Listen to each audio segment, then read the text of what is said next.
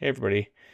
Well, we are not in the shop right now. We are actually at the man cave, the editing center, where everything happens behind the scenes, more or less, that doesn't involve the shop.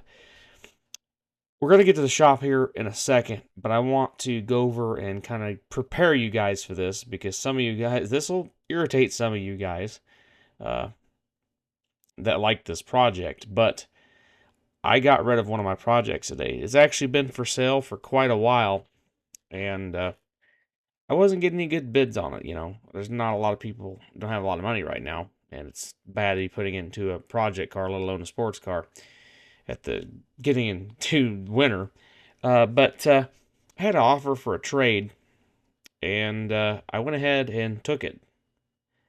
What it is a something that I've been wanting for a while, and it's not exactly what I wanted. If you guys know, I've always had a soft spots for K5s, and I love K5s. I love square bodies. You guys know that if you've been a subscriber for any amount of time. But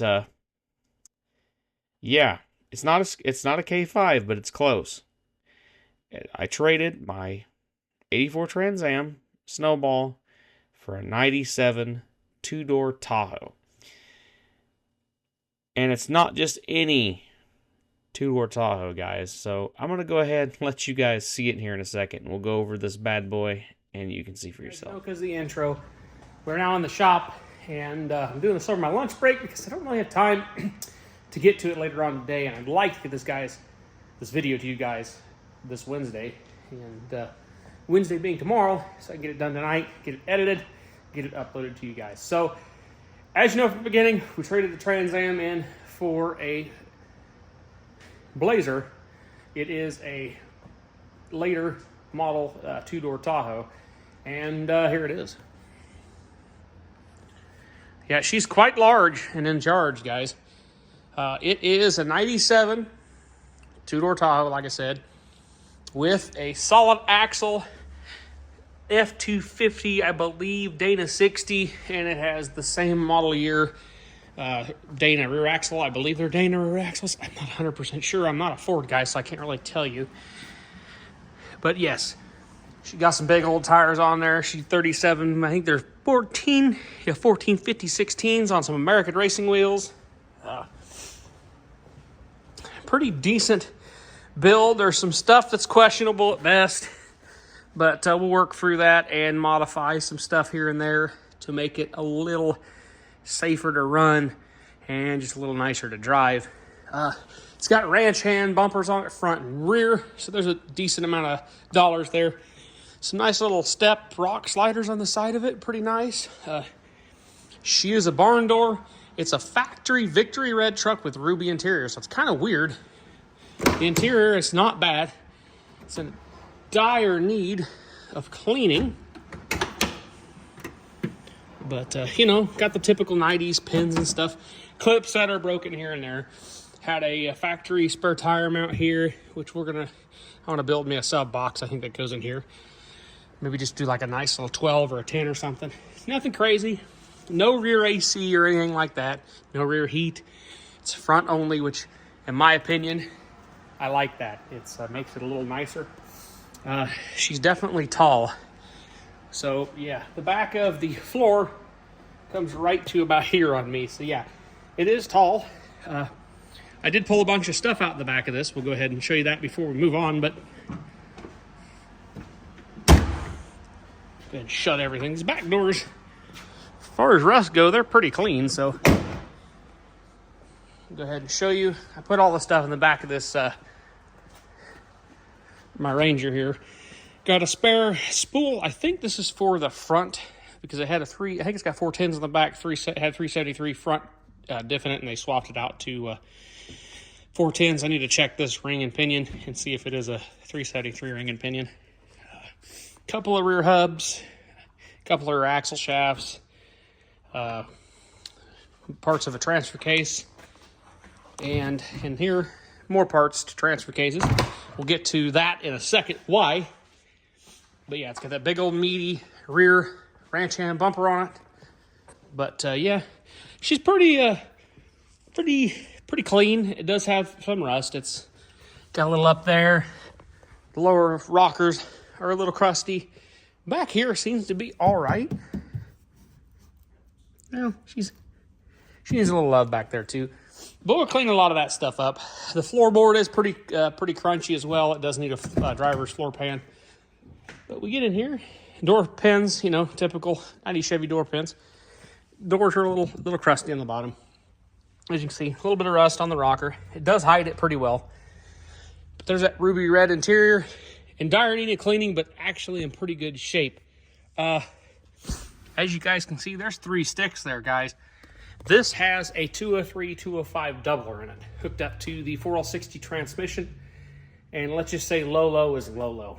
This thing is definitely was designed to crawl. Whoever built it to crawl. And it does do that pretty well. There are certain things on it I'm not a big fan of. It did come with a bunch of trash. Like I said, a lot of stuff needs cleaned out. It just needs a good cleaning, get everything started where it needs to be. So headliner is in amazing condition. There's a small rip right there, but it's not really sagging yet, which is impressive. Visors broke. They're in okay shape. They're starting to puff up like they all do. Like I said, cleaning it would be nice to get it nice and clean. That's one of my first goals, just clean it and get a good clean slate going, see how it's going to go. I got some plans for stuff here and there. I'll go ahead and pop the hood while I'm here. Go ahead and shut the door. Got that nice vinyl star on the side. Like I said, it was factory Victory Red. I don't think I'm keeping the green paint. My plans, I love these things with white, red interior. I want to bedline this thing GM white. Like Summit white, Glacier white, something like that. I want to bedline it that color. Get a cowl hood, bedline it. Probably do a different bumper. This is a bumper grill they painted black. I don't know. I kind of like the chrome grills on these trucks. We'll see. But she has a Vortec 350. Easily swapped out to a LS, and that probably will happen eventually, but as of right now, this thing runs fairly well. So I'm not going to mess around too much with the motor that's in it. I'm going to go ahead and give it a service and just check fluids and whatnot, and then we'll know where we're at there. But it does seem to run halfway decent, so I'm going to go ahead and keep that stock for right now. And we might accumulate some parts here and there for an LS for it. But as of right now, I'm going to keep it factory. So I got all the stuff to put an air filter in it. I have a 1060 or 1036 oil filter. This has an oil cooler, so I'm not sure if I could use the 1060. So I got a 1036 just in case.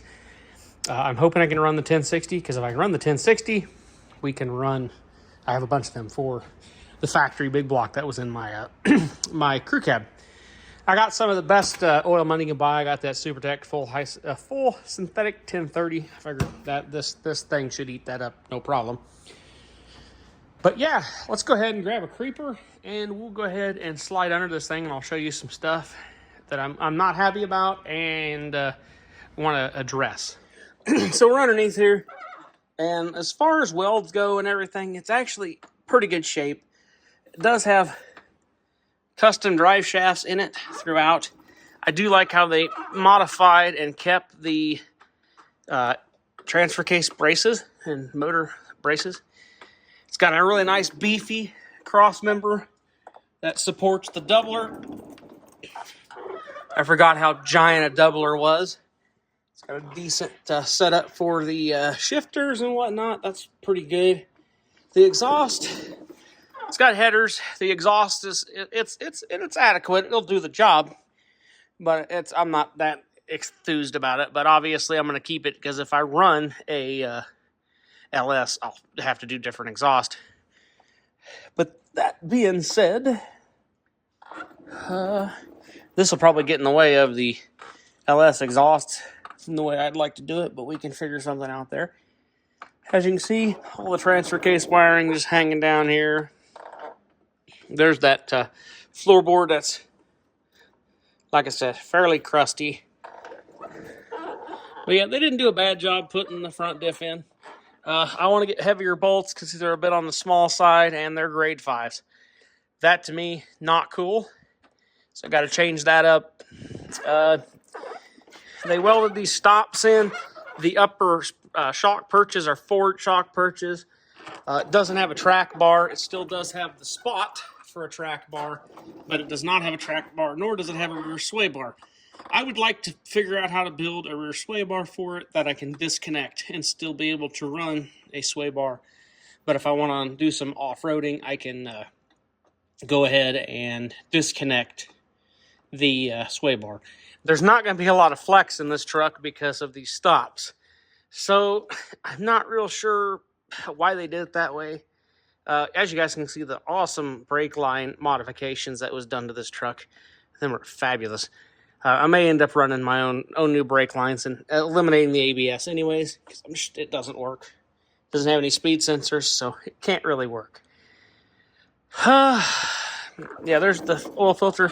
I might be able to run a 1050 as long as the flange and everything's all right. Or not 1050, a 1060. As long as the flange and everything's all right, I should. As long as I don't get too close to that header there, that'd be the biggest thing. But yeah, she's pretty solid underneath. Other than that floorboard, which is pretty common with these. It's got a custom rear drive shaft, of course. We have a custom exhaust that's cocked off this way to clear the shock there. The shocks are in the factory locations on the Suburban, not the Suburban, on the Tahoe. And I think, no, them are obviously added. They welded them on because that's not a factory weld, I don't think. But yeah, there's some stuff that needs to be modified. The back's pretty good. She does, when you hit bumps, it's almost like it has too much spring in the rear. And I don't know. I'm pretty sure, fairly certain these are leaf springs. They have, I don't know, they may have more arch than factory. I need to figure out what the arch is and measure all that out just to figure out what it's got for rear leaf springs, because I would like to eliminate the block and do all spring in the rear instead of have a block and then a spring. But that being said, most everything is decent. That there is some custom wiring for the speed sensor. It does have an actual speed sensor in the back of the trans, or not the back of the trans, in the back of the transfer case. So it's got to have some type of reluctor wheel output on that. So that's kind of cool. They didn't do too bad of a job putting exhaust on it, but I'm going to go out on a limb and say it must leak there. It's like they put 3-inch. I don't know. That one's better than that one. I don't know. It works. It works. So, but she's pretty solid. And I went ahead and added up a bunch of stuff on this truck. And the parts wise for what's in this truck is what I had in the Trans Am. So, I mean, splitting everything in half, almost used prices on everything. I'm close to what I had in my Trans Am.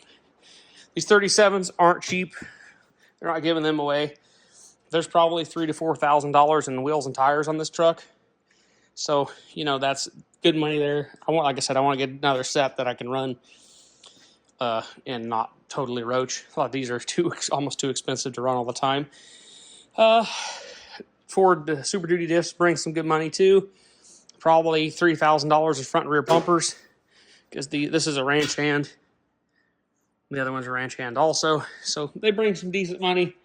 So, and it's a relatively clean Tahoe, so it should bring some decent money as well. But yeah, so I'm gonna shut this light off 1 second. All right, got that off. So I don't think I did too bad, and I want to go ahead and go through, clean it up, and just check everything out and have fun with it. I tend to use this more than I did the Trans Am, and I definitely will have more fun with this than the Trans Am, because I'm more of an off-road guy than a hot rod guy. As you guys can tell from the lifted trucks and the trucks that we have here, and the UTVs and the side-by-sides, well, the side-by UTVs, ATVs. Got the Camaros, got some sporty cars, you know, but I like big, tall, jacked up Chevy trucks. Been that way since I was little. So, anyways, guys, this is it. It's hard to get this big old thing in one shot, but yeah, that's it. And hope you guys have a good rest of your week. Like always, have a good rest of your day.